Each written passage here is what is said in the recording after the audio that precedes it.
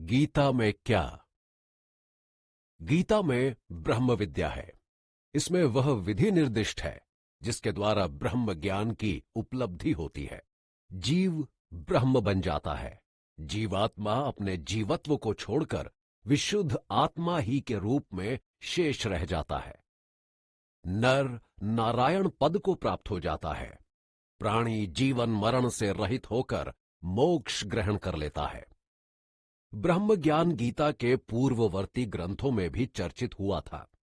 वेदों में अंकुरित होकर यह ब्राह्मणों में पल्लवित, आरण्यकों में प्रफुल्लित और उपनिषदों में प्रफलित हुआ था। किंतु अनेकानेक ऋषियों, आचार्यों, दार्शनिकों एवं धर्म गुरुओं के बहुसंख्यक व बहुधा परस्पर विरोधी मतों द्वारा आक्रांत होकर यह विषय इतना विषम व विविधमुखी बन गया था कि एक जिज्ञासु के लिए उस भूल भुलैया में से अपने लिए एक सुकर मार्ग निकाल पाना नितांत दुष्कर हो गया था। ऐसी स्थिति में उन सभी पंथों के विवेचन व विश्लेषण के उपरांत गीता ने उनके समुच्चय और समन्वय का एक नूतन पथ प्रशस्त किया। इस नई डगर के द्वार को खोलने वाली कुंजी एक छोटे से शब्द के रूप में थी, और वह शब्द है निष्काम। पुराने धर्मशास्त्रों द्वारा अनुमोदित यज्ञानुष्ठान आदि कर्म सकाम होने के कारण स्वर्ग आदि के रूप में केवल अनित्य सुख ही प्रदान कर सकते थे, किंतु मोक्ष नहीं। इसके विपरीत गीता ने प्रथम बार समुद्घोषित किया कि निष्काम कर्म अनिवार्य रूप से मोक्ष देने वाले हैं। उसका तर्क है कि यदि कोई कर्म किसी फल की अपेक्षा अथवा इच्छा के बिना किया जाता है तो वह कोई फल अथवा वासना उत्पन्न नहीं कर सकता, क्योंकि जैसा कारण वैसा कार्य। जब वासनाएं ही पैदा होनी बंद हो जाएंगी तो उन्हें तृप्त करने के लिए नए जन्म लेने का प्रश्न भी नहीं उठता, और नए जन्म न लेने का अर्थ है मोक्ष की प्राप्ति। इस प्रकार विषय वासनाओं के अनवरत प्रबल थपेड़ों से बचकर मुक्ति रूपी अनंत शांति की प्राप्ति के लिए निष्काम कर्म के अमोघ अस्त्र की गीता द्वारा मनुष्य को एक अनुपम व अपूर्व देन है। मानव कल्याण की दिशा में गीता का दूसरा अमूल्य योगदान पूर्ण योग के रूप में है।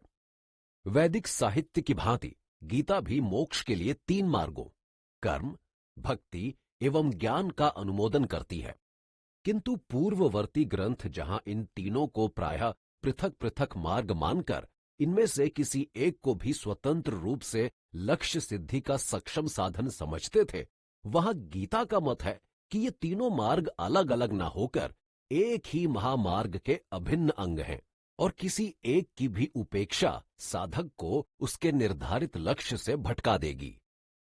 गीता की यह धारणा नितांत जीवन तथ्य पर आधारित है। मनुष्य की कर्म लीला के स्तंभभूत 3 तत्व हैं: इंद्रिय कर्मजनक, मन भक्तिजनक और बुद्धि ज्ञानजनक। इन तीनों के समुचित तथा सामूहिक विकास से ही व्यक्ति का संपूर्ण व सर्वांगीण उत्कर्ष संभव है। किसी एक की भी अवहेलना से उसका व्यक्तित्व अधूरा रह सकता है और वह नीम हकीम यानी अनाड़ी बनकर अपने तथा समाज के लिए खतराए जां घातक सिद्ध हो सकता है। इस प्रकरण में नीम हकीम शब्द के प्रयोग से हमें अपने बाल्यकाल की एक घटना याद आ रही है। दांत की पीड़ा से व्याकुल किस्मत का मारा एक ग्रामीण भाई अपने पड़ोस के अधकचरे दंत चिकित्सक से जा टकराया। खूब अच्छी तरह बतलाए जाने पर भी कि दांत में दर्द है और उसे निकलवाना है, ये महाशय अपने औजार लेकर उसकी जाड़ से जा चिपटे और लगे उसे उखाड़ने। बेचारे देहाती की हालत हो गई खराब दर्द के मारे। जब रहा नहीं गया तो हिम्मत करके वो बोल उठा, रे डॉक्टर साहब के करो सो, दांत काटो सो और खूंटा पाड़ो सो। सो वो गरीब कराहता आया था, बिलबिलाता चला गया। अब देखिए, इस दृष्टांत में व्यक्ति विशेष के इंद्रिय और मन तो अपना अपना काम ठीक कर रहे थे, किंतु अपरिपक्व होने के कारण बुद्धि उनका साथ नहीं निभा पाई। फलतः वह समाज के एक सदस्य के लिए दुख का कारण बना। मनुष्य के जीवन में इन तीनों ही तत्वों का समुचित सम्मिश्रण होने के कारण कर्म मार्ग, भक्ति मार्ग तथा ज्ञान मार्ग, इन तीनों का पूर्ण योग ही उसे गंतव्य तक ले जा सकता है। एक अत्यंत क्रांतिकारी विचार जो गीता ने विश्व के समक्ष रखा है वह है गृहस्थ संन्यास का। जहां अन्य विचारधाराएं व मत मतांतर सन्यासी के लिए घर बार छोड़कर वन पर्वत आदि के निर्जन स्थान में चले जाना अनिवार्य समझते हैं, वहां गीता जगत के धार्मिक तथा दार्शनिक इतिहास में प्रथम बार डंके की चोट के साथ घोषणा करती है कि ये सब नितांत अनावश्यक है। साधक का इंद्रियों को वश में कर मन को बुद्धि के अंकुश तले लाना और फिर स्थिरधि बनकर अपनी समूची शक्तियों को ब्रह्म प्राप्ति के लिए केंद्रित कर देना ही सन्यास है। यह तो चित्तस्थ एक आंतरिक प्रक्रिया है जिसके साथ जिज्ञासु के देश, वेश, प्रदेश, परिवेश का दूर का भी वास्ता नहीं। पग पग पर गीता अपने भक्त को यही स्मरण कराती है कि भय से भागना भीरुता है और उसका डटकर सामना करना वीरता।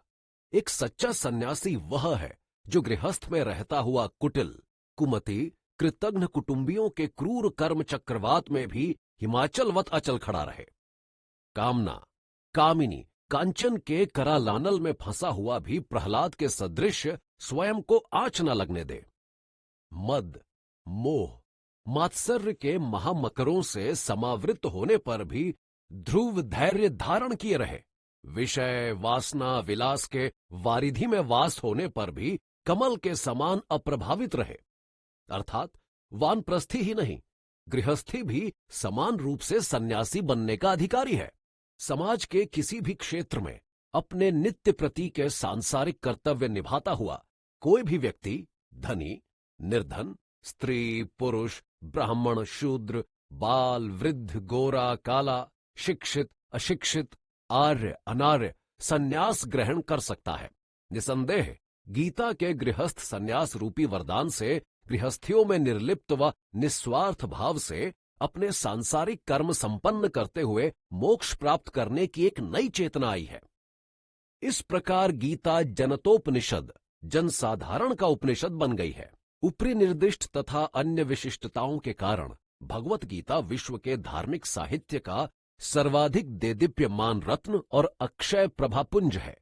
सहस्रों वर्षों से यह संत्रस्त तथा संभ्रमित सांसारिकों का मोक्ष मार्ग आलोकित करती आ रही है और इसकी ज्योति निरंतर बढ़ती ही जा रही है। अनेक विद्वानों का कथन है कि आध्यात्मिक व दार्शनिक क्षेत्र में संसार का कोई भी ग्रंथ विचार गंभीरता, भाषा सरलता एवं प्रस्तुति सुगमता में गीता की तुलना नहीं कर सकता। किंतु इसमें विस्मय की क्या बात है। जो गीत भगवान का हो, भगवान ही ने कृष्ण के रूप में गाया हो, जिसे सबसे पहले अर्जुन जैसे भक्त को सुनाया गया हो, जिसे व्यास जैसे कवि ने रचा हो और जो देववाणी संस्कृत में रचा गया हो, वह लोकोत्तर नहीं होगा तो क्या होगा। 2 नहीं, 3 नहीं, बल्कि 5 पावन सरिताओं के विरल संगम ने इस रचना को त्रिवेणी नहीं, पंचवेणी बना दिया है, जिसकी पाम मोचनी अमृतमयी धारा काल गति के साथ तीव्रतर ही होती जा रही है। और अनन्य काव्य शिल्पी व्यास का तो कहना ही क्या, उसकी रचना चातुरी तथा सृजन क्षमता का कोई जवाब नहीं। लाखों की संख्या में एक विशाल क्षेत्र में स्वतंत्र रूप से इधर उधर बिखरे हुए मंत्रों को संचित, संकलित, संपादित करके उसने उन्हें 4 वर्गीकृत वैदिक संहिताओं में परिणत किया। फिर उनकी व्याख्या के रूप में ब्रह्म सूत्रों की रचना की और उनमें भी चर्चित विषयों के परिप्रेक्ष्यों को स्पष्ट करने के लिए उसने 18 पुराणों का निर्माण किया। किंतु इस सबसे उसकी साहित्य सृजन क्षुधा शांत नहीं हुई।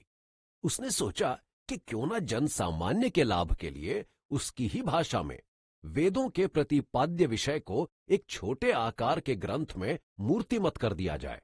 वेदों में कर्म, भक्ति, ज्ञान तथा आख्यानों का समावेश है। अतः व्यास ने भी अपने समय के प्रख्याततम आख्यान कौरव पांडव युद्ध को आधार सूत्र बना उसके चारों ओर कर्म, भक्ति और ज्ञान ही से संबंधित अनेकानेक उपदेशात्मक कथाओं तथा लोक प्रचलित उपाख्यानों को लपेट दिया। फलस्वरूप महाभारत का जन्म हुआ, जिसमें लगभग 1 लाख तो श्लोक ही थे। यह तत्कालीन संस्कृत भाषा में लिखा एक लघु वेद था। व्यास